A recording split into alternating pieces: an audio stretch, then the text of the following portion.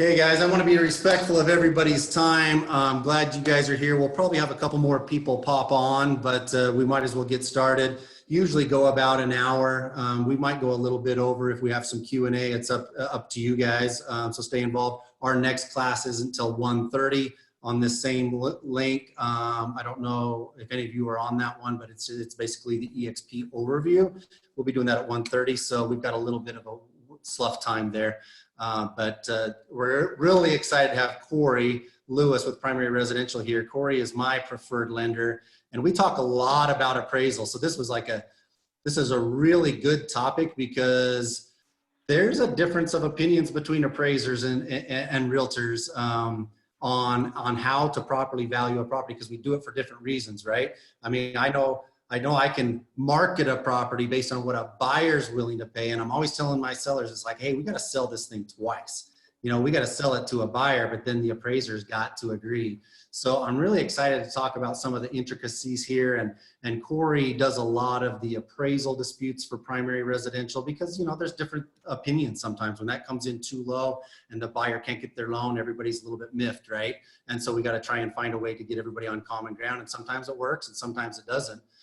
So Corey, I'm super excited to have you here. You guys can stay muted, but I'm sure Corey's fine with you unmuting yourself and asking a question along the way while it's timely and we're talking on something that you have a question on. Otherwise, put it in the chat. We'll try and monitor that.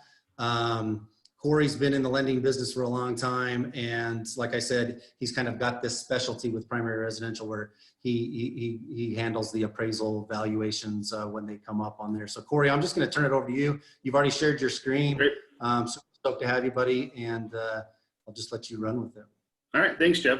Yeah, as Jeff mentioned, I've been in the business this is my 26th year. So just a little bit of time in the industry, but for probably the last 20 years of that, wherever I've been involved, I've been in charge of all the appraisal disputes, the appraisal reviews. Obviously, the appraisal process has changed quite a bit over that time frame, and I'll cover some of that in my presentation here. But during that time, during my career, most of my career, I've been involved in the appraisal side of, you know, for whatever company I've worked for or owned, I've been the go-to guy for that, and that's my current role. So I hope I'm qualified to do this. I've seen thousands and thousands of appraisals and been successful in a lot of disputes and seen a lot of different scenarios along the way. So I guess first things first is I like to remind people, don't shoot the messenger. I'm in the middle of a pretty ugly appraisal dispute right now with one of the big local builders, and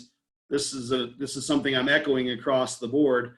Don't shoot the messenger. If you're working with a good loan officer, you're probably working with a commissioned loan officer, and they want to close the loan as badly as you do. They want to complete a successful transaction as badly as you do.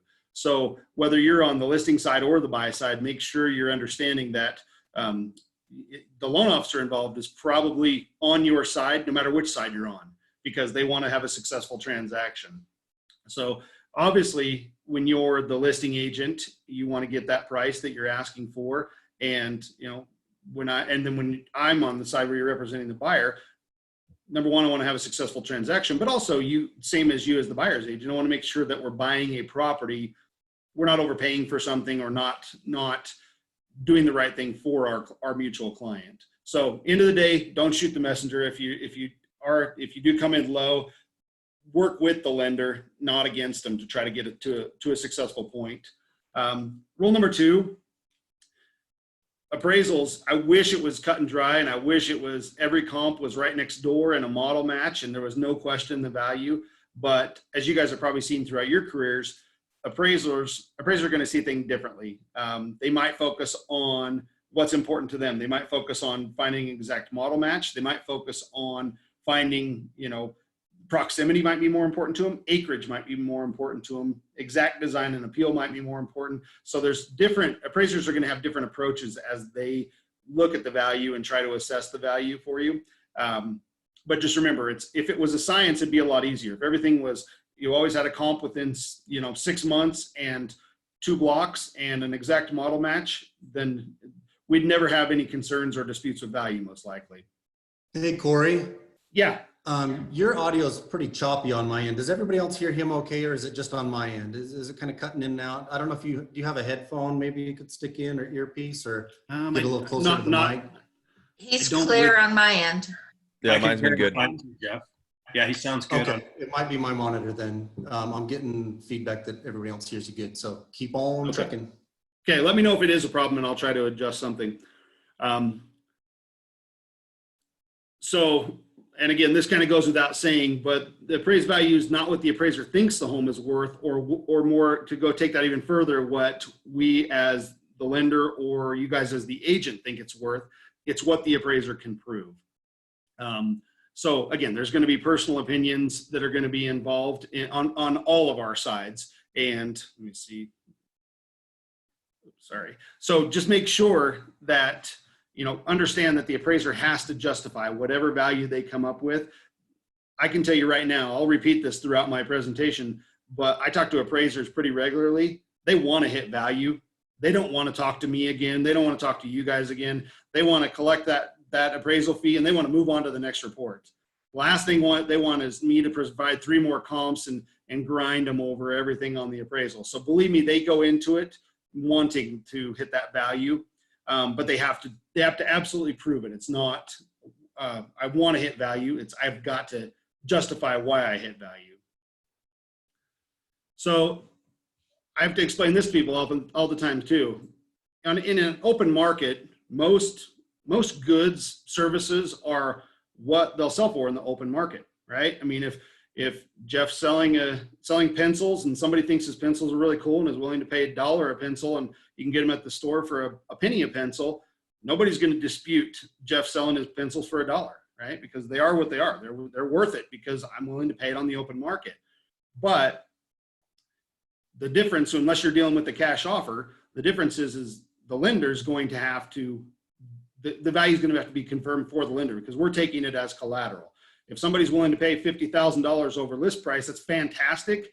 But as a lender, we always have to look at things worst case. What happens if this house is foreclosed on? What happened if what if the worst does happen? Are you seeing my little pop-ups here? Down here at the bottom? Okay, cool. So a common argument I get, and Jeff, you and I've talked about this one many times. I listed it. I had multiple offers above list price. So therefore the value should be what my offer came in at. And I don't dispute that. I think that's absolutely correct. But because we're going to be taking that property as collateral, we have to involve that third party, independent party, the appraiser, to come in and say, this is the value of the property. And of course they use historical data to find that, to substantiate and prove that value. It's unfortunately not based on the current listing that might be for $10,000 more. It's on what the home sold for the last 6 months. Let's see. But again, obviously that we've all felt that frustration when we have multiple offers or it sells in an hour, right? You put it up on the MLS, it sells in an hour. It should be worth that. And it absolutely should, but we have to document and we have to support that through a third party. We did a lot of this damage ourselves, meaning you guys as real estate agents, us as lenders. We hurt ourselves back in the 2007, 2008 era and even leading up to that, because honestly, appraisals were easy to get. How many short appraisals did we have back in 2007 or 2008? They just didn't happen. And reason being is we could call that appraiser and say, hey, you guys write a contract, you'd send it to me for 200,000. I'd send it to the appraiser and say, can you appraise this one for 200 grand? And he's like, nah, I can't. And I'm like, well, okay, then I guess let me see if somebody else can come up with that value. And I'm not saying me personally, I'm saying as an industry, we did that. So we rarely came in with low values, but we all know what happened. We saw ridiculous appreciation, unfounded appreciation, and unreasonable appreciation, and then ended up killing our industry. So Corey, let me ask you a question on that. And if you're going to get to it later, just, put the question off. But in a trending market, I know appraisers are much more conservative than they were, but that subjective value and their opinion of value in a trending market, how much leeway do they have for market conditions? Because you talk about they have to go historical, but if we've left the past in the past and we're going in a different direction, how much leeway do they have to allow for that trend? So there's a common misconception because a lot of people back in the old days, this used to be the reality. As long as if you're within 5% of 5 or 10%, we can make that work. Now we're 100% held to that historical value, but where the subjectivity comes in is an appraiser, especially when you're talking single family home, not a condo or a townhome, but a single family home. They can leave the immediate market area and may be able to justify why they're using a sale that might be a little bit bigger to bracket the upper end of the value, or they can kind of stretch that data pool a little bit further. And I do address it later, but that's obviously a lot harder with a condo or a townhome because you don't have much variation, right? Pretty much everything's pretty, if there's a 1,200 square foot model in that townhome complex, there's probably several of them that have sold, or ideally there'd be a couple that have sold that you can use. But it's a challenge because but I guess the positive to that, it's one of the things that's kept our appreciation in check. I mean, we're all blown away, obviously, by the if you look back 2 years ago at values, that home that's selling for $325,000 today was selling for mid 200s a couple years ago. So even with the constraints we've put on through the process, the appreciation, we've continued to appreciate. It's just been at a more reasonable level because you don't have that one sell that sells for 20% more and now that anchors the new value. Now everybody's worth 20% more. That it's hard to justify that sale unless, like I said, unless it's a cash offer. So it just keeps everything in check, but it is based 100% on historical data. You'll see listings put in the comparable to show, or put in the appraisal report to show that there is current active listings that support the value as well as the historical data, but an appraiser can't put any weight on that active listing because it hasn't actually sold yet. That answer you, Jeff? Yeah, that's perfect. Thanks. Okay, cool. So there's a law that obviously went into effect as a result of the run-up we talked about back in 07, 08. And it's basically, we call it error. You always talk about error disclosure, error. Appraisal independence requirements is what the actual legislation is.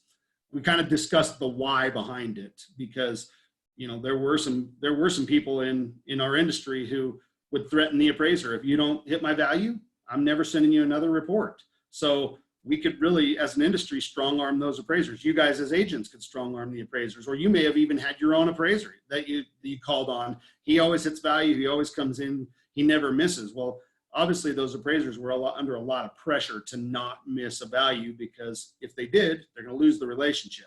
So they were a part of, either willingly or unwillingly, they were a part of a lot of fraud that was perpetrated back in the day. There were fraud for occupancy, fraud for profit. Fraud for occupancy is, hey, I'm going to commit loan fraud, or I'm going to commit because I want to get into a property. I need to get in there. I want to occupy it. And that was bad. But what was really bad is the fraud for profit. We had a lot of fix and flips. We had guys buying houses. What killed the industry, one of the main things that killed the industry was occupancy fraud. People were coming in buying 5, 6, 7, 8 primary residences in a 30-day window and taking out 100% financing on them all with the intent of, hey, market's appreciating 5 to 10% in a month or 2 months. So I'm going to make a 5-10% swing just by buying a property and immediately flipping it. And I could use the 100% financing that was available at the time and turn that. So there was no risk to them per se, except when the market hit the top, because then everybody was holding 5, 6, 7 properties that they couldn't sell. And then we as lenders ended up with tons and tons and tons of foreclosures. And that was one of the main culprits, was the occupancy fraud. So one of the questions we get is, I hear agents, even seasoned agents sometimes will call me and say, I'm going to call the appraiser. I'm going to call the appraiser and I'm going to give him a piece of my mind. I'm going to tell him why he's an idiot and how stupid he is and blah, blah, blah. So the question I get is, who can talk to the appraiser? I mean, real quick, I'll cover the AMC process. Appraisal management companies were put in place to kind of create that buffer so I can't strong arm them, you can't strong arm the appraisers. So when the appraisal's ordered, it's you guys send me a copy of the contract. I send out the initial disclosures, make sure the borrower is aware of their terms, disclose, and then we order the appraisal. The appraisal goes into an independent third party, that AMC. The AMC farms it out to the appraisers. So they put it out to a pool of appraisers, and the appraisers go in and select, yeah, I'll take that offer, or I'll take that job, I'll take that job, I won't take that one. but I don't know. You guys as listing agents know before I do who the appraiser is, because they call you to make that schedule that appointment. So obviously they're going to talk to you as agents. And again, once the appraisal is performed, I'm going to know who it is and I can talk to them. The things we can't talk about is we can't talk about value. I've had some pretty extreme examples where, in this case, I address it in the next slide, I believe, but the borrower, appraiser showed up and the borrower just kept on them. This thing's worth 350, man. It's worth 350. It's worth 350. You better hit 350. Well, the appraiser felt so influenced and when they realized they couldn't hit 350, they basically canceled their order because they felt unduly influenced. That's an extreme example, but when we call them, we can talk features. I can say, hey, did you I guess notice that they had this, or did you pay attention to this, or did you see this feature? Did you see this characteristic? As soon as I mention value, I've violated the code of ethics with their appraisal independence, and probably have violated, I know I can have my license yanked for it. I'm sure you guys can too. I can't call them up and say, value, you need to hit 350 or else, or why didn't you hit 350, or this should be 350. So anyway, you can talk features, talk characteristics of the property. And as a borrower, I often instruct my borrowers, I'm like, hey, when they get there, make sure you talk to them. Make sure you show them all the cool stuff you've done to your house. And obviously I'm talking on, a seller or on a refinance, but a seller, make sure you show them all those custom features you've done. Not that it'll influence value, but every little bit helps. But I instruct the borrowers, don't say it needs to hit this value or I'm in trouble, or I'm, because you just don't want to ever be accused of influencing an appraiser. Hey, Corey, another quick question on the AMC. When they were put in place, I believe, after the last downturn, lenders were required to order appraisals through them. Is that still the case today? And if it's not, in what circumstances can a lender hire an appraisal outside of using the AMC? So conventional loans, absolutely, it's required. It's a requirement of Fannie Mae, Freddie Mac. VA, we order directly through the VA. Similar process to the AMC, meaning on a VA appraisal, we order through the VA. The VA assigns the appraiser. We don't even know who that is. So those processes are the same. FHA, technically, you don't have to use an AMC. You can go directly to an appraiser. What most companies have done to protect themselves is they make it a standard process across the board for any product, except VA order through the VA, but any conventional or FHA, we order through the AMC. And the reason being is companies want to cover their butts, right? They don't want one of their agents, one of their loan officers, violating that appraisal independence requirement by influencing that appraiser. So it's one of the things I talk about, does everyone have to follow this rule? Because I won't give you much detail on the one I'm dealing in the middle of now, but it's a mess, and it's a builder. It's a big, big builder. And the client chose to use me as their lender because, number one, the builder's lender was putting them in the wrong program. They're a strong conventional buyer, and they're putting them in FHA, and they shouldn't be an FHA client, costing them undue money and putting them in a program that's not right for them. So I fixed the problem. We have an appraisal come in low, and the first thing the rep for the builder says is, my lender never comes in low. They hit value every single time. And they said that to both me and the buyer's agent. And the buyer's agent was really quick to say, wow, you might want to be careful what you're saying there, because you're kind of saying that you influence your appraisers through some mechanism to make sure they never come in low. Again, I've reviewed a lot of appraisals in my life. This appraisal had 6 comparables. It's a big builder that builds the subdivision exclusively. 6 comparables built by the same builder, near model matches within about 200 square feet up or down, all sold in the last 90 days. We made that appraiser's life about as easy as you could be, because he just went out and said, cool, there's 6 comps right here.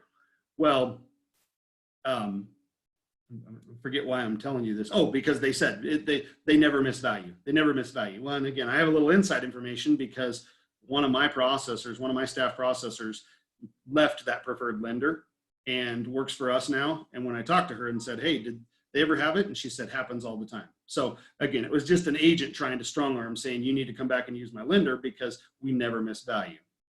A little side note to that story is, so I Friday afternoon, I get 2 comps sent over to me because I said, if you have better comps, let's use them to dispute. They send me 2 comps, and these are amazing comps. I mean, I'm like, wow, the appraiser really messed up. He really missed these comps. So in talking to the buyer's agent this morning, she actually pointed out to me, she said, did you see those MLS numbers are almost in sequence? They're about 4 apart. She says, that seems odd to me. We go look, the builder put in those comps Friday afternoon at 2 o'clock. So those comps weren't available for my appraiser when he went out to do it.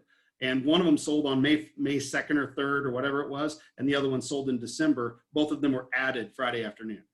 So it's hard to fault an appraiser for working with data that they didn't even have available to them. So it leads into a couple of my other topics as we go on. But so appraisers, I actually said they're the first ones under attack in case of a loss. It's actually not true. They're second. They're behind me. So when a file goes into default, that pool, that investor, that whoever owns it, the first thing they do is they pull the file. When the borrower stops paying and they start talking about foreclosure, they go look and they audit the loan file. And the first thing they do, if there's anything wrong, they come to me as a lender and say, man, you guys sure missed this, or you screwed this up. We need you to pony up on this loss. So if we can cover our butts and say, look, we followed guidelines, everything was written to guidelines. The second thing they do, or they actually probably do it simultaneously, is they look at that appraisal and they look for any deficiencies in the appraisal. And if that appraiser pushed value, if that appraiser stretched, if that value is not justified, they go after that appraiser's E&O insurance. And when you get, just like most industries, when you get a claim against your E&O insurance, it's the kiss of death. It's there to protect you against losses, to protect your clients against losses, but go try to get reinsured after you've had a claim for misrepresentation or flat erroneous work in this industry. Nobody's going to insure you, therefore you're out of business. So when these appraisers are looking at our values, they're not only trying to help us and help our clients determine a good value, they're trying to protect their own butts because their livelihood's on the line.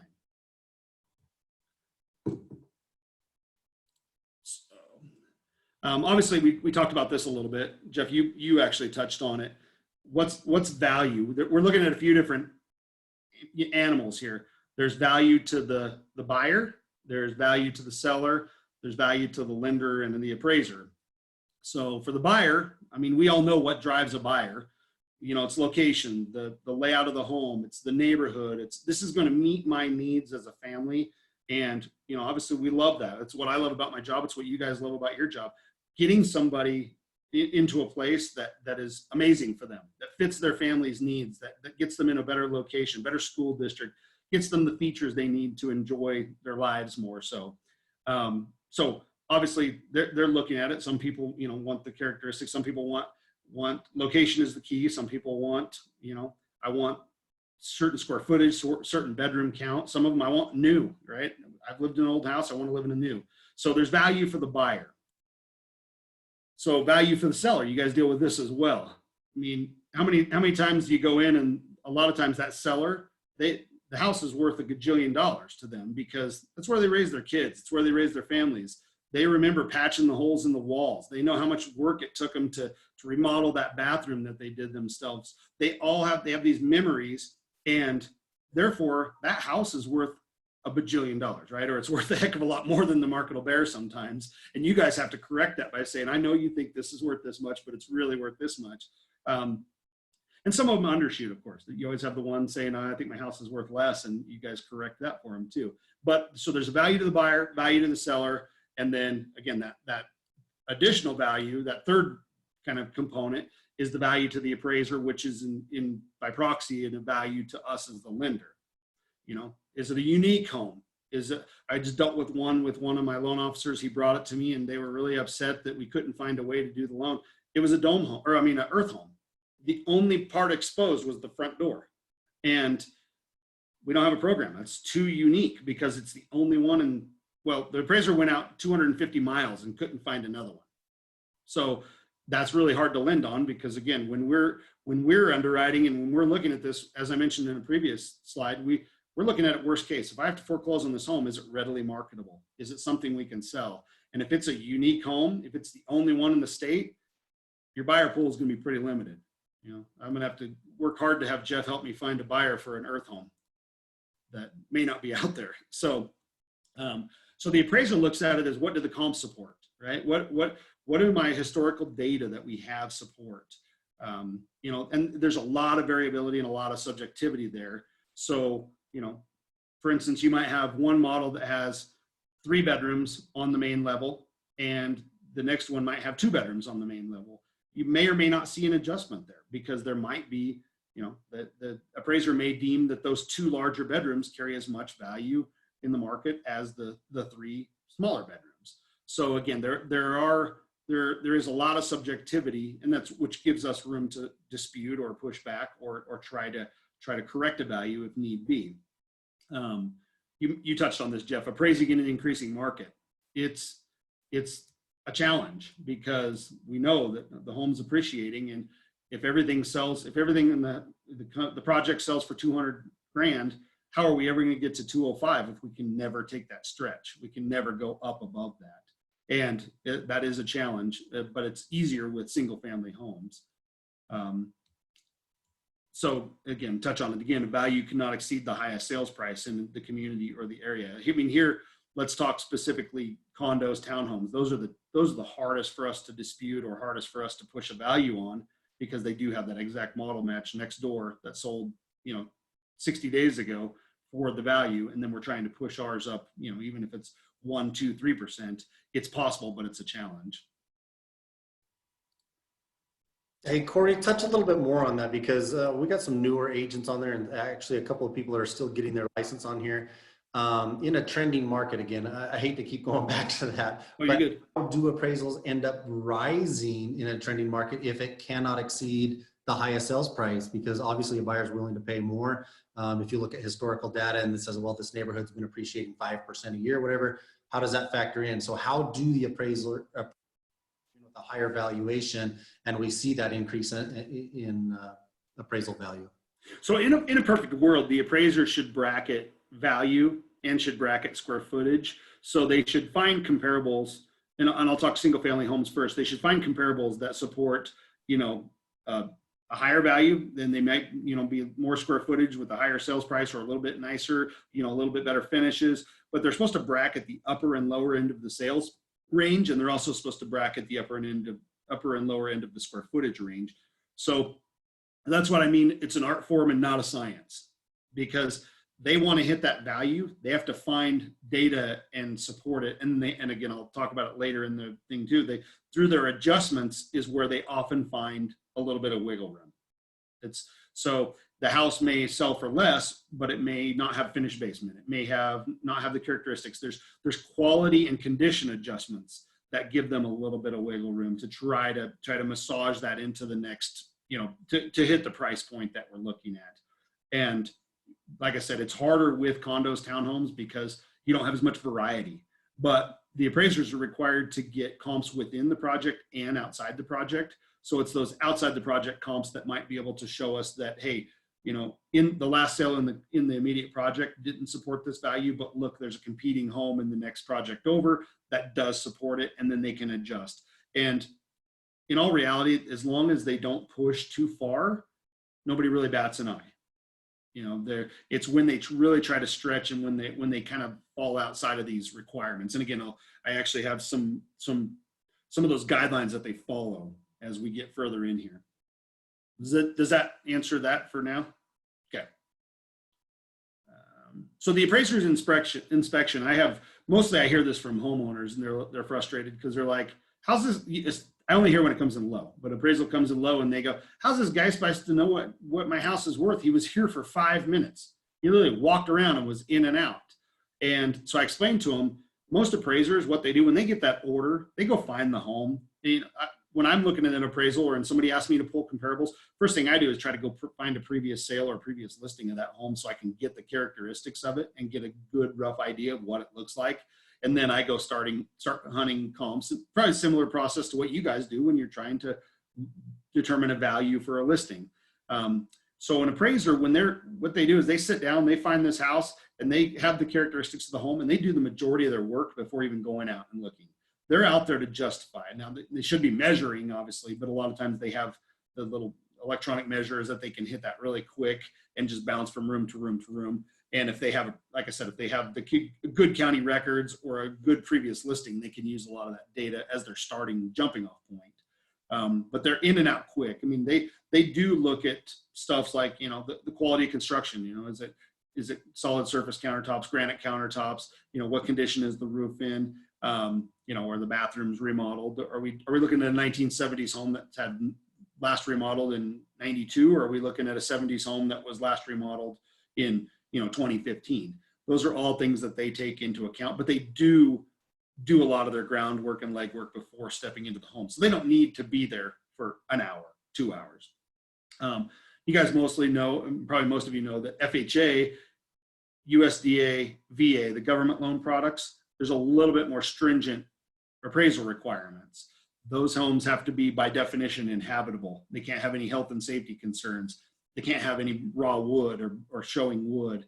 One of the most common things is, you know, they've got a shed out back and it hasn't been painted in years and it's peeling paint.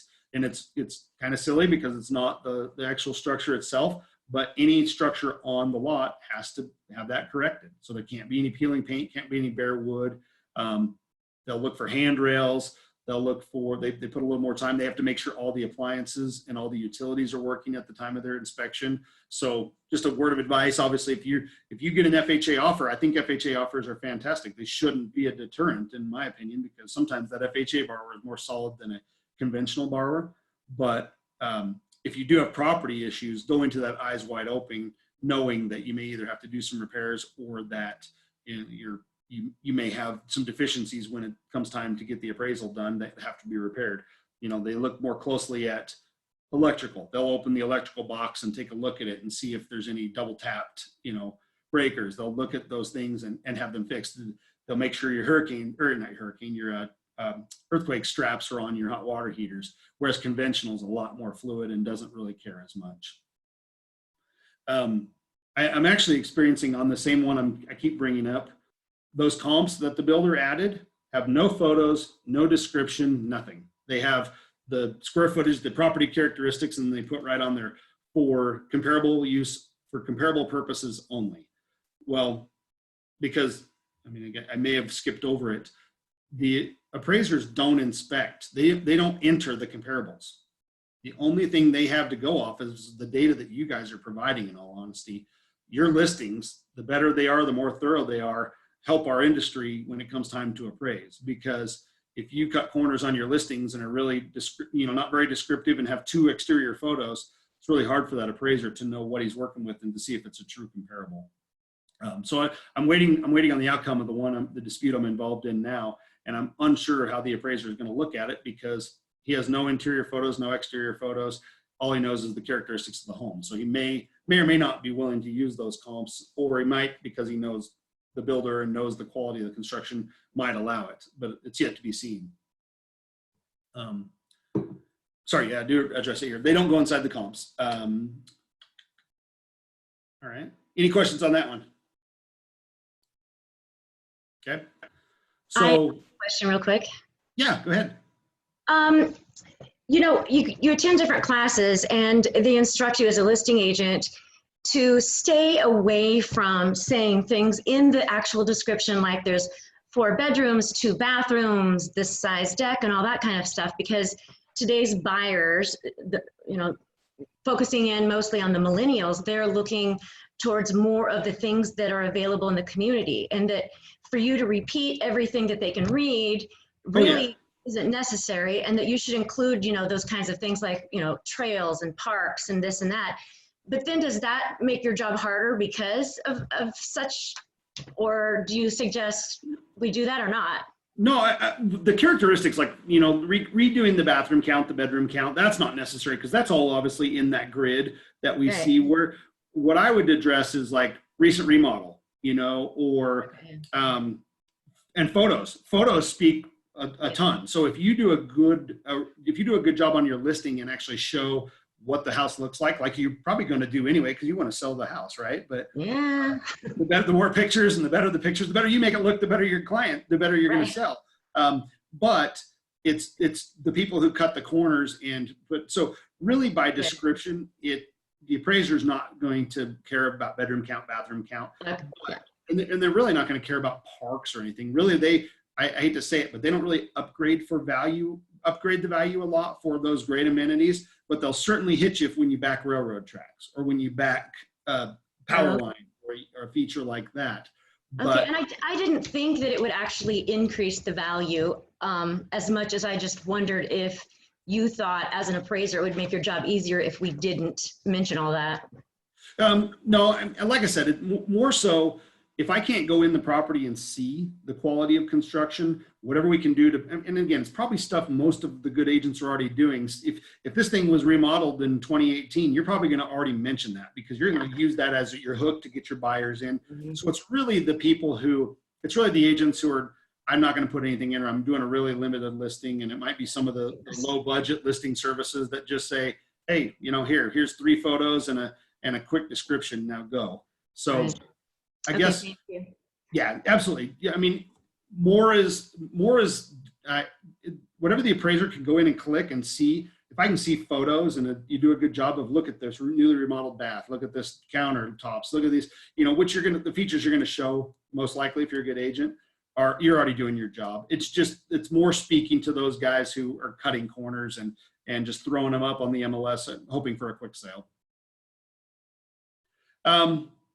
So the truth about the comps, they're standard guidelines that appraisers try to follow. Now, they have their perfect world, right? And in fact, I think, so in a perfect world, you don't have any line adjustments over 10%. So as an example, a $200,000 home, you don't have any single line adjustments over 20,000. So if they're adjusting for square footage, that's what kind of keeps them in check with, I'm not going to take a 1,200 square foot home and compare it to a 2,500 square foot home unless it's the only thing available. They're going to try to stay within these guidelines. When I talk net adjustments, so they're going to take the positives, the negatives from all the different adjustments, and at the bottom of the appraisal, and I'll show you on the next page, I think I have a reconciled appraisal.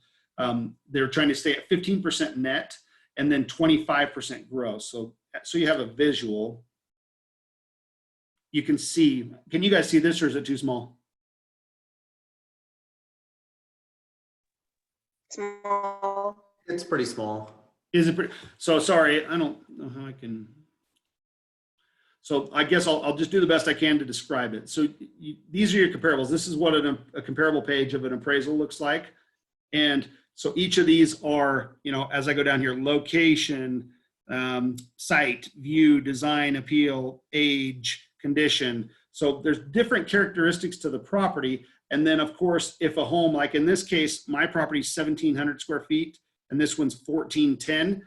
To bring that into check, you add to this. It's a positive add, and then any deficiencies, or you add when you're deficient, you subtract when you're superior. And what you're trying to do is get down here to your net and gross adjustments, and you can see that they're adjusted values. Sorry, this is so small. It would have been better if you guys could see it, but I hope you get the idea that really what the appraiser is doing is they're trying to do similar to what you guys do on a CMA, right? Think of it like your CMAs. You start with a property, then you find a comparable property, and you are going to adjust for the differences. You're going to adjust upward for lesser square footage, down for more square footage. And they're trying to get down here. So this is actually the appraisal that I'm telling you guys about and that I'm disputing. And you can see that the net and gross adjustments are well within guidelines and actually really low, which makes it hard to dispute. So, so the question I get is, what if there aren't any comps? That's when you see appraiser go out farther than the desired, let's say the desired distance is within a mile. Maybe they'll have to go 2 miles. I see up in northern Utah a lot where they'll go to the neighboring cities, because might have to go 3, 4, 5 miles to find a comparable sale. As long as that's required and it's common for the area and the appraiser can justify it, nobody's going to bat an eye. When there are a ton of comparables, one of the things I see that I get challenged with is I have the appraiser using 5, 6 comparables all within a half mile. And the agent, when I say, hey, give me something to dispute this, show me what you're seeing, show me what you saw. And they come back with the comp that's 2 miles away in a different city. When I show that to the appraiser, he's going to say, well, how do I justify using a comp 2 miles away in a different city when I have a comp in the immediate area, in the immediate neighborhood that sold 2 months ago? And, So as you guys are faced with this, keep that in mind, that really we can't just go to where, hey, I went 15 miles away and I found one that sold for more, but it's an exact model match. Well, of course, it's going to sell for it's going to be a very different value if you're up against the mountain, or if you're away from the freeway, or if you're in a competing town. There's those towns where the town has a stigma where it might be good or bad and it sells for more or less just because you cross over into a different city. So keep that in mind. We're trying to find everything as close and as comparable as possible. If there are distressed sales, appraisers try to exclude those. That is something that I would recommend, obviously, commenting in your, if you ever get the opportunity to list a short sale or list something, make sure that there's comments in there, because I know when I look at it, I know that it sold for less because it's a distressed sale. Or, so sometimes descriptions like that will help us as an industry. Over improvement, that's a tough one too. You take the guy who's in an older neighborhood that's all built in the 70s and he's got everything remodeled. Well, nobody else in the community has remodeled their home to that level. Or another thing I often hear about is you build a 30 by 40 detached garage that costs you $80,000 to build out back, full plumbing, got a drain in the floor, full electrical, 220, this is the greatest shop ever built. And then they go to appraise it and you get $25,000 for it. And everybody's really unhappy with that, but it's because you're the only one you're the elephant, right? You're the only one in the area that has that. You see it with pools in Utah. Somebody does a really nice pool in their backyard and nobody else in the area has a pool. You're not going to get the 50, 60 grand, whatever you spent to build that pool. You're going to get a reduced amount. So I always tell people, be careful what you upgrade, because you're not going to get dollar for dollar. Do it for your own personal use, but don't do it because you're going to think you're going to get every dollar of that out when you sell. So, okay. So anybody, any questions on comps and what an appraiser is looking for there? Hey, Corey, I had a quick question. Yeah. On the additions and subtractions that appraisers use on the itemization, Yes. do you know, is there standard additions and subtractions for different counties, different areas? Because like when I run my comps on the MLS, it'll show a bedroom default is $1,000 value, for example. And I'm just wondering if they adjust that for different areas, or if there's standard amounts. And do you know if there's somewhere we can look those up? That's a great question. They don't make that available, that data available to us. And I don't know if it's public data. Because it does vary by community, because again, square footage on the beach in San Diego, an extra 100 square foot is going to be adjusted very differently than a 100 square foot in a house in Ohio. That's, the total value is 100 grand of the house. And then the total value of that same house sitting on the beach in San Diego is $1 million. That 100 square feet is a huge difference. So I think my best guess, I'll have to investigate this and get back to Eric. My best guess is that there is probably some sort of guidance, and they may get that data, by adjusting the square footage or the price per square foot that in the immediate area.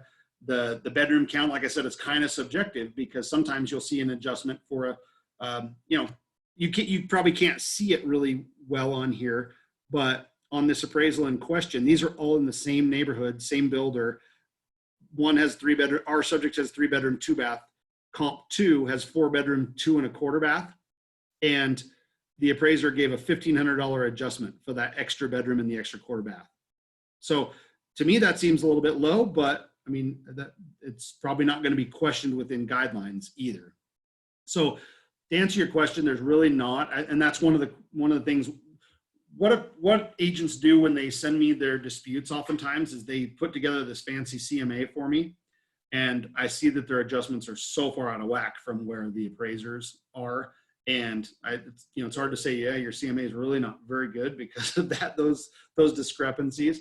So I'll do a little bit of investigation and see if I can find out if there is data that we can access, without being an appraiser, or if it might just be, by, as long as it makes sense and as long as it adjusts accordingly, and as long as you're within reason, then you may not get questioned. But I'll double check that. Thanks, Corey. Appreciate it. I know obviously this data is the neighborhood data. I was just curious if there's something standard. I didn't think there was, but just Yeah, curious. it's really not. Because, Yeah. I mean, think of the difference going from, Draper to Kearns, or, South Jordan to West Jordan. I mean, even though there's not a big distance difference, sometimes there's a perceived difference in it, and that they're going to be an adjustment for the square footage. Same house sitting, on the bench is going to be worth more than that house sitting, further into the valley next to the freeway. So there's got to be some subjectivity, but I don't know if there's any way to find what it's uniform. I think I'm getting close to the end here, so I'll kind of hustle it up because I know we're getting short on time. But I mentioned this early on. Appraisers want to hit value. It's a misconception that they're out to get us. They really aren't. These guys, I'll tell you right now, they get with one of the things that really hurt them when the AMCs came into the picture. The cost of appraisal went from like $350 to $400 up to $500, $550 as a standard.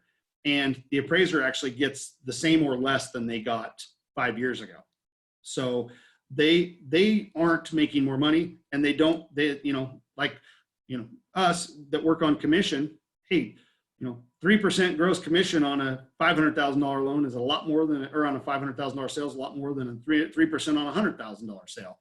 These guys, doesn't matter for the most part. They get paid the same whether they're, whether it's a $500,000 property or a $300,000 property. So believe me when I say they're motivated, they want to hit the value that we're trying to get them to hit, because last thing they want is me wasting more of their time. Because if they go back and look at those comps and have to do a write-up and explain why they didn't use them, they're not making any more money for doing that. But there's no dispute fee. So they want to hit that value. They don't want to deal with us any more than they have to. So to further that disputes, how are they handled? I've kind of covered that. Basically, with the AMC, which is through the majority of the appraisals, VA is a nightmare. VA is a lot different process when you're dealing with Tidewater, when an appraisal comes in low. So keep that in mind as you're pricing your properties. If you get a VA offer, you know that if you are shooting high, it's a much more challenging process.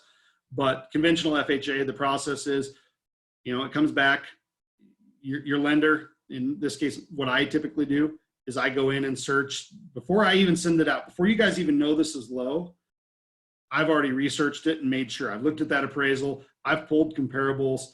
I've done this all immediately upon receipt if it comes in low. And then I reach out to you and say, uh-oh, we've got a problem. So how do you guys want to handle this? And if you're the listing agent, I'm going to say, where did you come up with this value? Help me justify this. What did you see that we're not seeing over here, that the appraiser is not seeing? And shoot that data over to me, because then what we have to do is, again, that third-party buffer. I can't call the appraiser up and say, how did you screw this up so bad? How did you miss this? I have to go through that third party and say, I'd like the appraiser to please review MLS number, blah, blah, blah, blah, blah, blah, because I can't even tell them my reasoning behind it. I just have to say, have them please consider these comparables. And so the things we can dispute, obviously, sometimes they're human and they'll make mistakes, right? They'll miss that adjustment, or they'll do a positive when it should have been a negative. That happens rarely, but when that happens, easy to dispute, obviously. Just say, hey, will you take a look at this? Adjustment errors, adjustments, if we see them adjusting for having a certain feature here, but not on comp 1, but not on comp 2, we can say which one's accurate and try to get that to work in our favor. But obviously the biggest way to be successful in disputing is provide data that the appraiser either missed or may have not thought about, and have them reconsider. So, and the question is, how effective are disputes? It depends. I would say I'm probably 30 to 40% do I get to move. And sometimes they don't move all the way. Sometimes they move part way. Sometimes they're like, oh yeah, you know what? That's completely justified. They don't get that big ego because, again, they wanted to move forward too. They don't want to deal with me coming back repeatedly time and time again. So it's always worth disputing, but if you guys are involved in disputes, the thing I ask is don't send stupid stuff. I hate to say that so bluntly, but when I'm showing you an appraisal with 6 comps in the immediate subdivision, don't send me one from 3, 4, 5 miles away and say, use this one. Another thing that's super frustrating is I have to scrub every agent's work because probably 50% of the time, the comps they send me to review are already in the report. They go, why didn't you use this, this, this, and this? And then when I go look, I go, they did. They used, those are 3 of my comps in the appraisal. So you obviously didn't even look at the appraisal. You're just arguing to argue. Like, take a look at it. Like, look at it. Help me. We all want to win here, but just cutting corners. So, and again, I'm going to tell you guys just as candidly as I can, I don't send crappy stuff to appraisers because my reputation is on the line. I deal with these appraisers repeatedly, and if I send them a comp that is completely ludicrous, doesn't make sense. You know, if I have five Rambler comps that support a value and you send me, 3 2-stories that you want me to use on acre lots and I'm on a quarter acre lot, I'm not even gonna send it up. I mean, I'm just gonna say, yeah, we reviewed the data and the appraiser didn't move his numbers. So, I mean, I'm just being candid there. I hope you guys appreciate the candidacy because disputes are important, and it shows how little the agent cares when they send me crap data. It's like, I'm trying to work with you. I want to be a team here. I've already reviewed it. I've pulled comps. I've got one that I think is really good. What do you have? And if they don't take the time to even look at it and they just send, like I said, a poor comp, then it's not going to help us. It's not going to, and again, last thing I want is an appraiser to see a dispute come from me and go, every time this guy sends me junk and I'm not even going to look at it. So I'm trying to preserve the integrity of the relationship and really win when we can win and not push when we shouldn't. So, but if you send me a good comp, I'll every time say, let's do it. Let's launch it. Let's try to get this thing done. So that actually took a lot longer than I thought, Jeff. That was almost an hour. I got long-winded, so I apologize. No, that was all really good stuff. I just want to say one thing. As agents, we're always trying to get the most money we can for our clients, right? We want to list it as high as possible. We want to help prep it for market and get them, the highest net we possibly can. So one thing the appraiser doesn't put a whole lot of weight on that we do, I believe, is what are we listing against? What's the competition? When a buyer's out there looking, what else do they have to choose from? And is mine going to just shine above the rest? And a buyer's willing to pay more? That's quite possible, but an appraiser is not always going to agree. So the way I approach it, though, when I educate my sellers is I remind them that the appraiser's job is to justify the value for the lender. Okay. So they're going in that, can I justify? And Corey, mentioned that several times. If they can justify the value, they can, but if there's no data to support it, it's really, really hard. There are things that are frustrating, like when an appraisal comes in low, and Corey, you might remember one of this on one of Terry's properties, beautiful landscaping, sprinkler system, paver patio, outdoor fire pit, retaining walls, beautiful trees, mature trees, again, being comped against another property that has no landscaping at all. It's dirt. There's no sprinkler system. There's no nothing. And on this particular one I'm using as an example, I got a $1,000 adjustment for landscaping. I couldn't even buy the valves for the sprinkler system for $1,000, right? Much less the pavers and this and that. So sometimes it just doesn't make sense. But when you're putting on the market, if a buyer is willing to pay it, the appraiser has to be able to find justification to agree. And I've run into situations where I've lost an appraisal on an FHA loan, and I put it back on the market because it was way lower than we were willing to accept. And we ended up getting a conventional or a cash offer at the price that we needed, and it came through. So don't be afraid to even say no. When that appraisal comes in low on an FHA buyer, that doesn't mean your client has to say yes. That FHA case number is going to stay with the property, but you might be able to get a conventional or a cash offer, and the appraisal is going to come in different, because even though they have guidelines, I really feel like that subjective value of trying to justify it is going to come into play from time to time. Absolutely. And it's hard because the appraisers are human. I mean, obviously you guys have probably walked into some houses where the bones of the house were great, but you're dealing with a hoarder.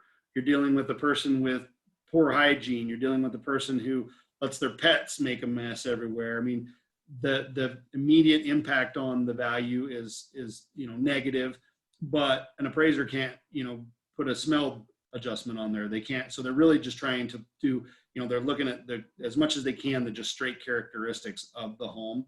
But obviously they are human, and it's hard to not put all that to put that emphasis on it. And And as you mentioned, Jeff, the landscaping, I've seen some extreme examples there, where they have amazing landscaping and they can comp them out with people with, you know, terrible landscaping, and the adjustments just don't do it justice. And that happens with a lot of, you know, other characteristics of the home too. You know, people, technology, they do a bunch of technology in their house, or they do a bunch of upgrades, and, you know, or they have a, you know, they're in a certain trade, so everything is hand carved or whatever. You know, it's really hard to comp that out.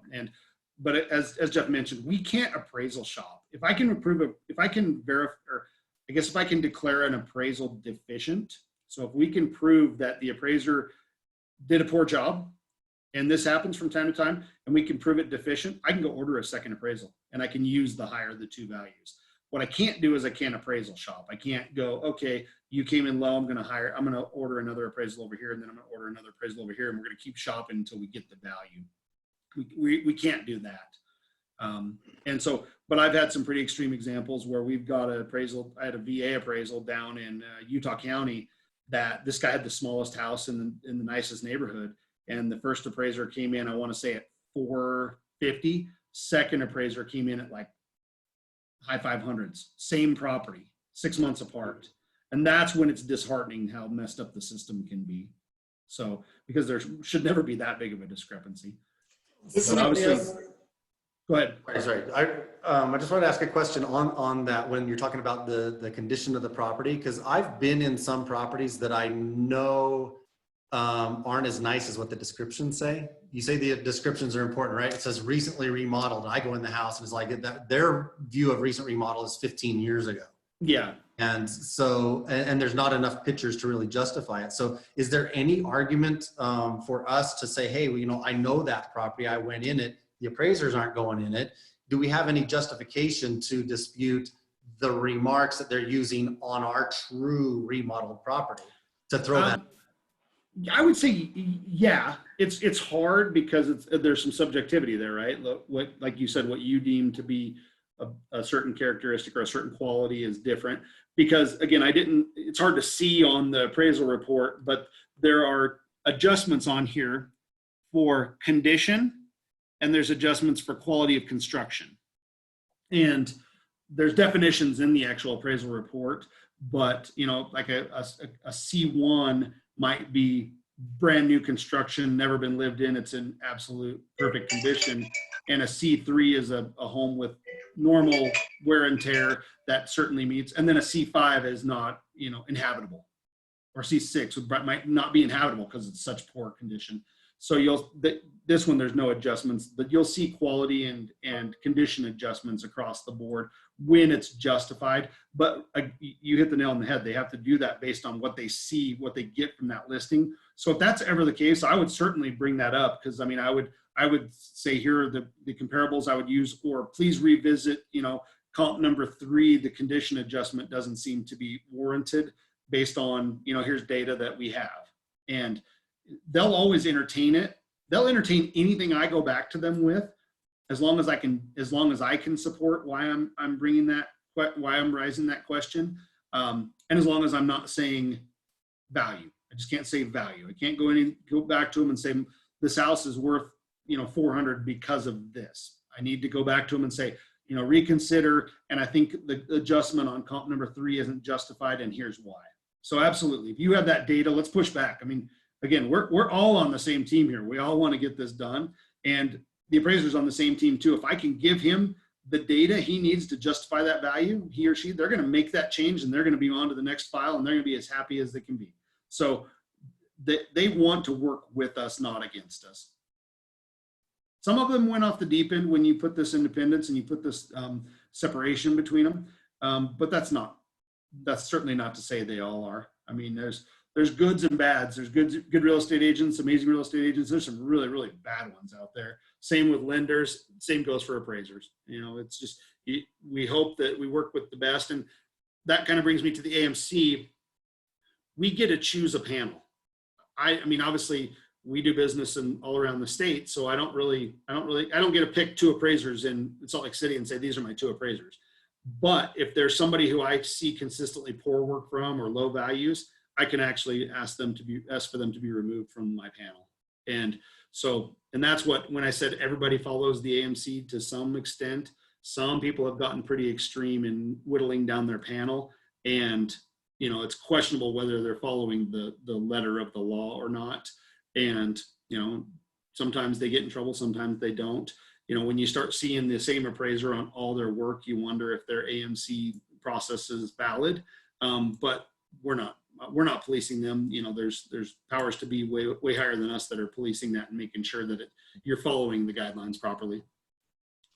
Is it required that an appraiser needs to go in the house they're appraising? So prior to COVID, yes. So prior to this whole COVID mess, we had no variance on that because there were certain, not to say there were no variances, but there was very little variance. Most programs require a full 1004, a full appraisal with an interior inspection. Because of COVID, they've come out with some relaxed guidelines. It's not a be all end all, like doesn't apply to jumbo. It doesn't apply to all loan programs, but on conventional, if the home has been appraised by Fannie or Freddie in the past, and we can prove that, like, so say your seller, their loan's owned by Fannie Mae, we can go in, and when we do this new loan, we can actually do an exterior only, and Fannie Mae, they'll approve it. I actually did one recently. I did a refinance for one of I think it's Lynn and I's mutual past client, and I misinterpreted the guideline. His loan was owned by Fannie, and I told him he could do an exterior, but I locked him Freddie. So I messed up, and now he has to let the appraiser in to do a full appraisal because we missed that guideline. But they can do, under certain circumstances, they can do exterior only 2055 drive-by appraisals, where they really just go drive by, take a look at the outside of the appraisal or out of the property, and can value it that way. So it's certainly worth asking and seeing if it's a possibility if you have clients who that applies to, or they're a little more conservative and don't want anybody in the home. So in that case, Corey, then they're not measuring the property either. Correct. They're going off county records or previous sale data. That's why they wanted to go Fannie to Fannie, Freddie to Freddie. They really, ideally in that situation, you have an appraisal that was already done and is already in the system. Because they're not logged and tracked like they are in FHA. They don't follow the case number. They don't follow that property per se. But Fannie and Freddie, the reason we're getting appraisal waivers on a lot of these things is they have their own set of data that they've accumulated, and they have third-party services. So there has to be certain characteristics, like there's loan to value caps where it'll apply. There are certain loan characteristics for them to do an abbreviated appraisal. They have to meet it. You can't be doing a 3% down conventional necessarily on a borrower and do an exterior only. It'd have to be something, it has to be a little, I guess a little cleaner transaction, a little cleaner file, and a little more, I guess, flexibility where the lender feels comfortable and the guidelines feel comfortable. This was a conventional loan, and the appraiser didn't call for an appointment, and I know that they didn't go in the house because the owner was working from home. Oh, so it came in a little bit lower but the offer was higher than what the comps were, so we let it go. But could we have challenged that? Absolutely. I mean, absolutely. I mean, that must have been something the lender found as an option, because you're representing the seller, right? Yes. So it's usually the seller that requests that. It's usually the seller, and the ones that I've dealt with, it's the seller saying, hey, during this whole mess, I just don't want anybody in my property. We had a period of time right as this was coming out, right as everything was taken off, that we had appraisers refusing to enter homes. That was a pretty short-lived period of time, but we did have that, and that may have been what led to that. Maybe the appraiser refused to do an interior inspection, and they found a way to make the exterior only work. It closed, but it bothered me that he didn't call me. It bothered me he didn't go in the home. Yeah. I mean yeah. That is all. Like I said, though, we had some examples, right? When before everybody had their data on the whole COVID stuff, we had appraisers really getting gun shy. Not all, but some were refusing, or some of them didn't want the homeowner present when they were there. We had some really strange requests. I haven't seen that in the last month or so, but it was really strange. We dealt with some where we had active COVID cases where we knew the occupant of the home had tested positive and was recovering, and the appraisers were like, no, I refuse to go in, or I'll only go in under these terms, or I want that person isolated in a certain room and I won't go in that room. So this is kind of unprecedented territory that we're in. So we are seeing some areas where we're flexing or seeing some things that are a little bit out of the ordinary.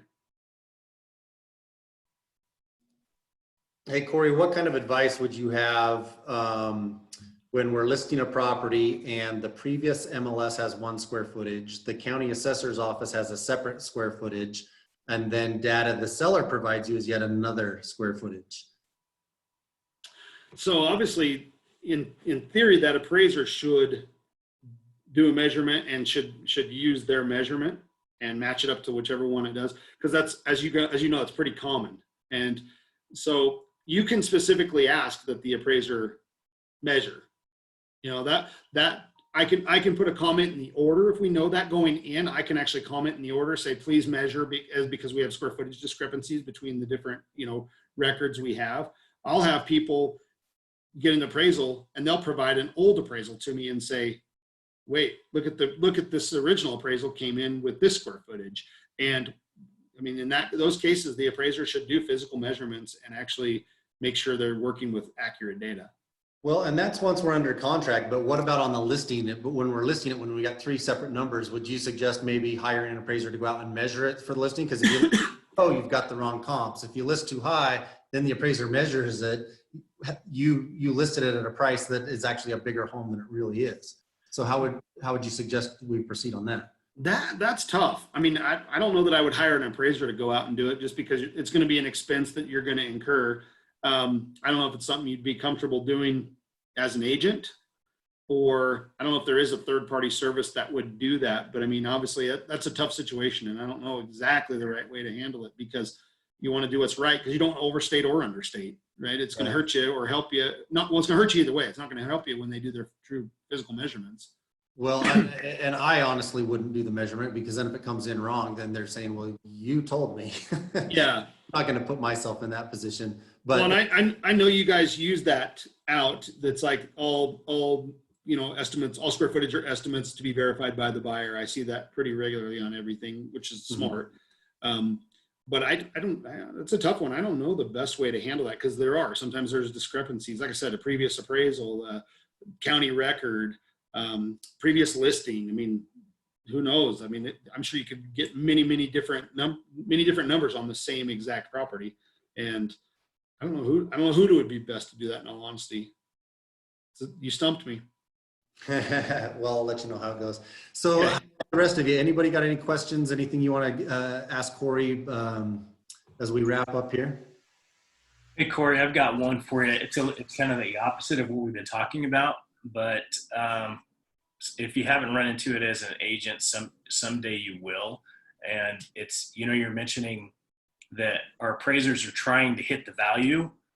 And over the past decade, I feel like appraisers are trying to hit the value more than they actually are trying to get the actual value out of that appraisal. And I know how I answer this question, but I'm just kind of curious your thoughts on how you would answer it when, if a house, let's say the listing agent misses the price a little bit and the house is really worth $450, but they listed it at $420, and there's maybe 10 offers on it, and it goes under contract at, say, $432, and you're the one that gets the house. You beat out the other offers, and you get the appraisal back, and it's $434. Yeah, it's like $2,000 more than what your purchase price is when you know that value is worth quite a bit more, and that appraiser is just trying to kind of just come in right there anyway. How do you answer that question? It was like, why do appraisers do that instead of actually appraise the house for what it's worth?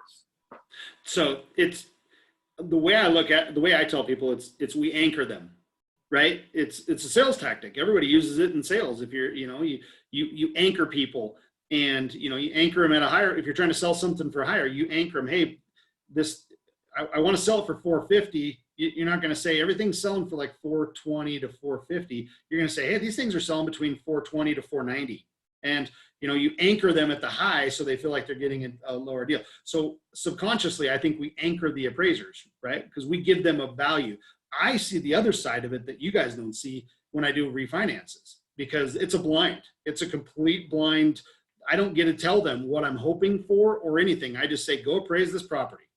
And so the appraisers are like, this is one of the bad things about the AMC is I used to be able to call that appraiser and say, hey, I'm trying to get 450, and then he could call me back and say, you're not getting 450, you're gonna get like 430. Okay, cool, that works. So what stinks about the process is I don't get to relay that. But so I do see, without an anchor, I see them come in differently, sometimes higher, sometimes lower. But with that sales price, I believe what we've done is we've asked them to justify the sales price. We've said it's sold in the open market for 432. Can you confirm value? And you're right. Sometimes they do come in higher. I mean, we've had some come in $30,000, $40,000 higher. I mean, in extreme examples. So it does happen, but it's by far more so they hit that value or right around it. I'll tell you what's frustrating is when you have it listed at 430 and they come in at 427. It's like, come on, you couldn't find me $3,000. But the AMCs are oftentimes behind the scenes.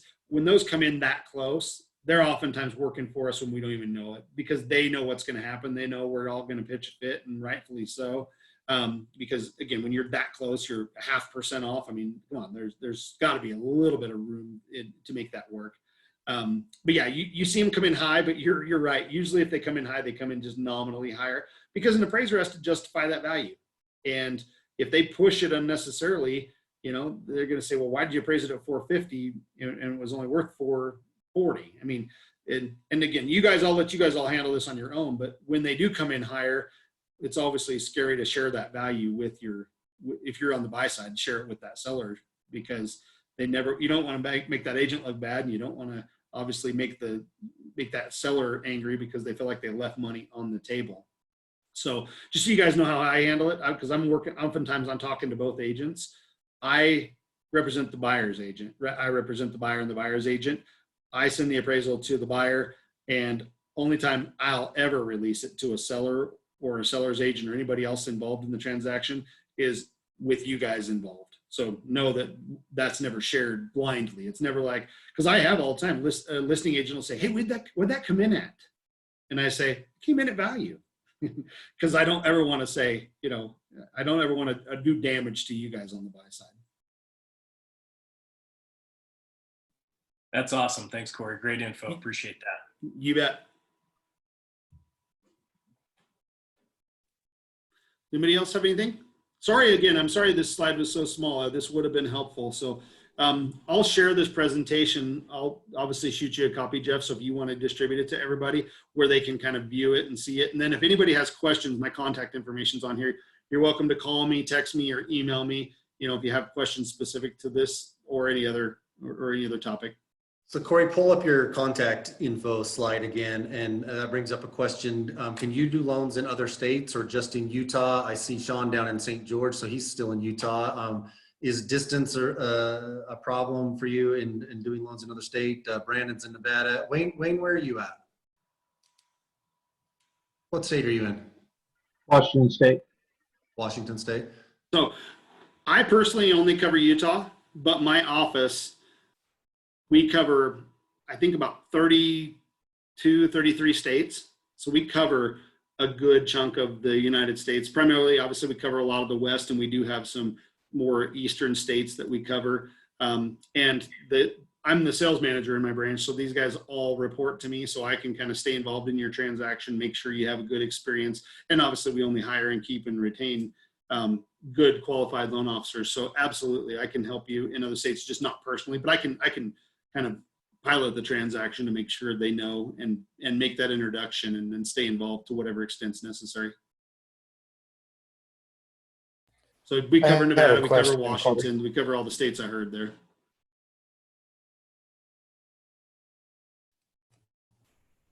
Hey, Corey, I had a question. Okay. So how often does it happen that an agent raises a legitimate issue or concern with the appraisal How often does that happen, and how is that issue resolved on the appraisal side? And how is it resolved? So give me an example. What do you mean a legitimate concern? You mean with the adjustments or the characteristics of the property? That's right. Yeah. So how often does that happen, and how is it resolved? It happens. I wouldn't say it's really common. It does happen where there's something the appraiser misses with respect to the quality. And the way it's resolved is it can be, obviously supporting data is best, right? If you have something that supports our case or supports the concern. If not, I can communicate with the appraisal through the appraiser through the AMC. There's a lot of appraisers that I have relationships with that I know, or if I'm talking characteristics, a lot of times I'll pick up the phone and call them myself and just say, hey, will you take a look at this, or this was missed.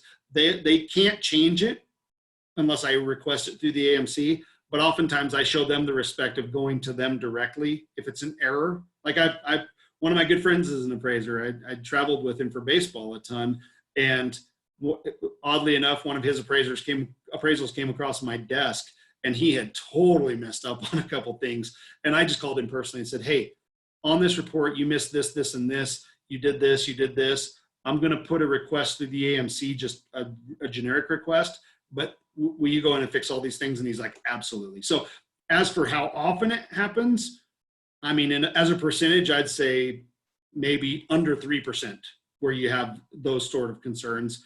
When we find them, how often are we successful? When it's a true miss or a true error on their part, I mean, we have a high success rate.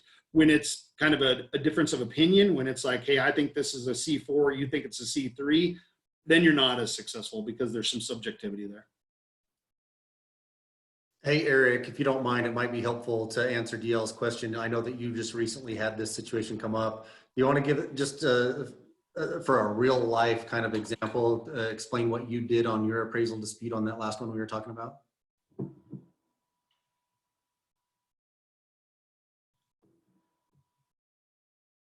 Can you hear me? Sorry, I was trying to find my unmute button. It disappeared. I'm like, I couldn't tell if you were frozen or not, or if I was muted. Where'd my mute button go? No, I had one come in about $8,000 less than what our purchase price was. I represented the seller, and I felt like we should definitely hit value there.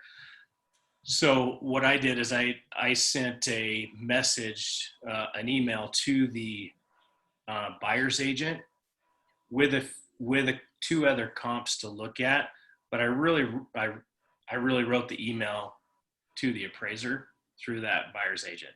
Like, I was very courteous in everything I said, and that I understood exactly why that appraisal came in where it did. Just wondering if you could pass on these and just see if maybe that they would help get value. So I did attach my work and a CMA on it, and I got all 8,000 back. So I got all of it. I don't know if it was how I presented it, but I didn't actually speak to the appraiser in person, but I did write it to the appraiser. If I remember, that's a great approach. That was good, yeah, perfect approach. If I remember right, Eric, correct me if I'm wrong, but wasn't one of the comps that you sent him not available for the appraiser at the time he did his? Yeah, it was about 2 days after he did the appraisal that comp came up.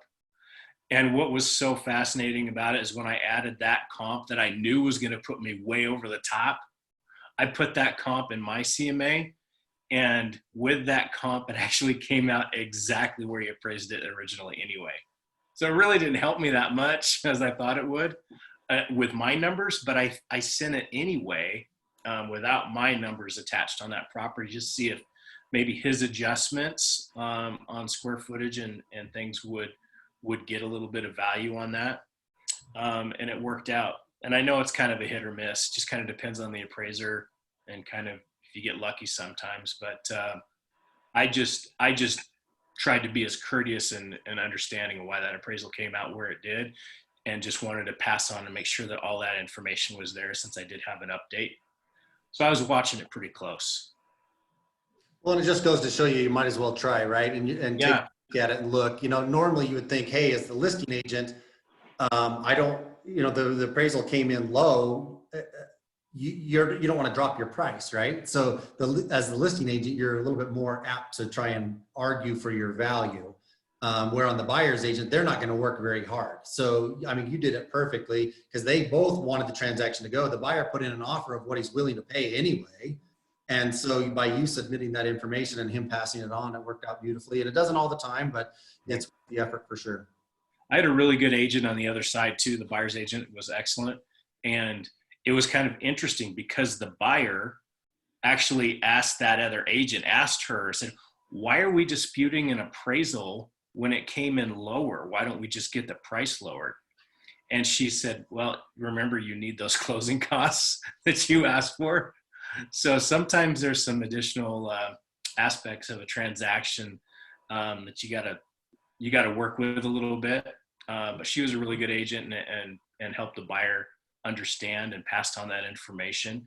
And I truly feel like the right amount on that house came through.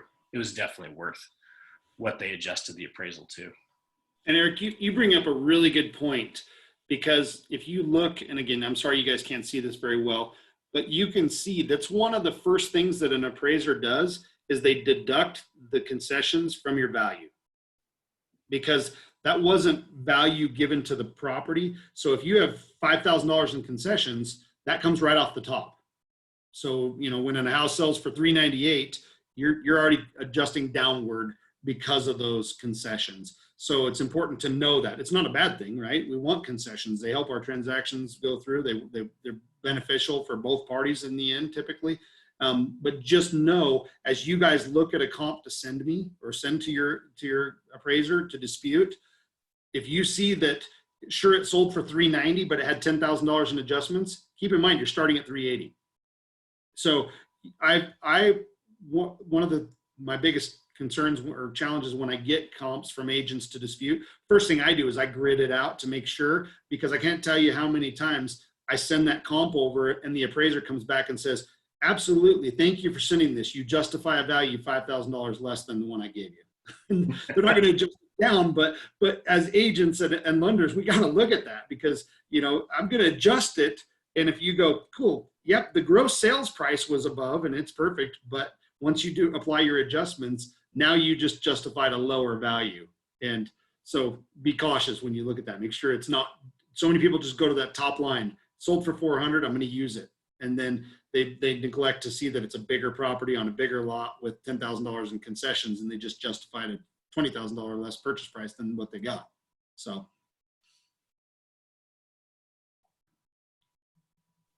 Awesome. Thanks, Corey. This was so valuable because I feel like I've got a leg up here where with this knowledge and avoid so many potential issues. And I know Jeff, I think you mentioned there were some other agents on here today. That helps us communicate value to our clients, that, you guys throw us out there and say, okay, go do stuff. We actually kind of know what we're doing. And obviously we want the appraisal to value properly, but I think Corey, you mentioned, you've seen times where agents were raising an issue. Hey, why didn't you look at this comp or that comp when it was actually included in the appraisal? And I make sure everything's accurate, but at the same time, I don't want to make those kinds of stupid mistakes and start seeing, people sending me dunce caps in the mail.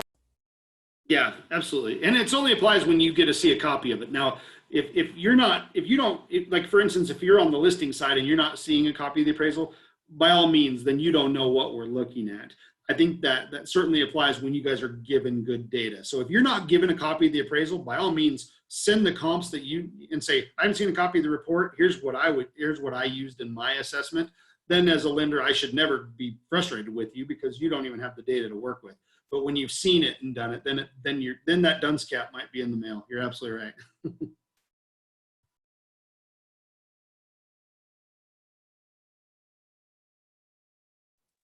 Well, Corey, I sure appreciate you. Thanks for taking the extra time too. We're about a half an hour over. Awesome information. I'll get that slide deck from you, share it with everybody. And Corey is super approachable and is accessible if you have questions. If you're thinking about this later, reach out to him and see what he can to help you. Yeah, like I said, go give me a call, shoot me an email, shoot me a text. Let me know. You know, how many times Jeff and Lynn, you guys have it on your listings. I'm not even involved in the transaction. You'll shoot me information and say, hey, this is what we're up against. Can you give me your take on it? Why is the lender looking at it this way? I just want to be a resource to you guys. So let me know what I can do to help. So by the way, Corey, did you know that that last one you helped me on, we got that number up? Oh, good. Yeah. That's awesome. It was a listing I had that another lender was helping the person purchase. And I called Corey and said, hey, the appraiser is asking for some comps. I think he was having trouble with value. And I got Corey on the phone and we talked about it and he helped me make sure we got some good comparables. So. You know, that was on a VA. That was on a VA, so we avoided that. I remember that one. Yeah. Yes. Thank you so much. Guys, assemble a team with competent professionals, because like Lynn's saying right now, Corey may or may not even be involved in the transaction, but he's still our go-to. I reach out to him all the time on listings and on buyers. Sometimes buyers want to use their own lender and there's nothing you can do about that, right? It's their choice. But super helpful and make you guys more successful when you have somebody that you can call and is going to give you the same amount of attention and time as if they were doing the transaction themselves. And so Corey, we love you, appreciate you. Oh, thank you doing this for us. Feelings mutual. You guys are awesome. Okay, guys, if there's no more questions, we're signing off. All right, thank you. I'll shoot this over to you in a bit, Jeff. Okay, thanks, man. All right, thanks everybody.